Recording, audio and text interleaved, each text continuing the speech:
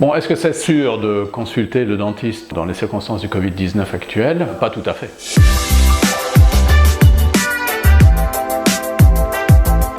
Les activités de dentisterie sont génératrices de nuages de micro-gouttelettes de salive qui, chez un patient positif pour le virus actuel, ces gouttelettes de salive vont être chargées de virus et vont se disperser partout dans l'atmosphère du cabinet jusqu'à 6-7 mètres de distance et ça reste en suspension plusieurs heures. On va donc procéder à une décontamination chimique du fauteuil, du crachoir, de la lampe, de l'appareil de radiographie, tout ce qui est devant le patient. Et bien sûr, les surfaces derrière le patient vont être désinfectées avec des moyens chimiques. Si l'on veut une décontamination absolument efficace, la plus efficace, en très peu de temps, pour assurer la sécurité du patient suivant qui rentre dans le cabinet ou dans la clinique, il n'y a que les UVC très puissants, très puissants, qui vont décontaminer l'atmosphère et les surfaces du cabinet. Probablement que dans les cabinets dentaires, on a transmis beaucoup de rhume, de rhinopharyngite et de grippe. Jamais personne ne s'en est véritablement soucié. Aujourd'hui, on a affaire à un virus beaucoup plus dangereux, beaucoup plus infectieux, beaucoup plus inquiétant, qui se transmet par l'air respiré. Et donc c'est seulement aujourd'hui qu'on a cette nécessité de décontaminer l'atmosphère du cabinet.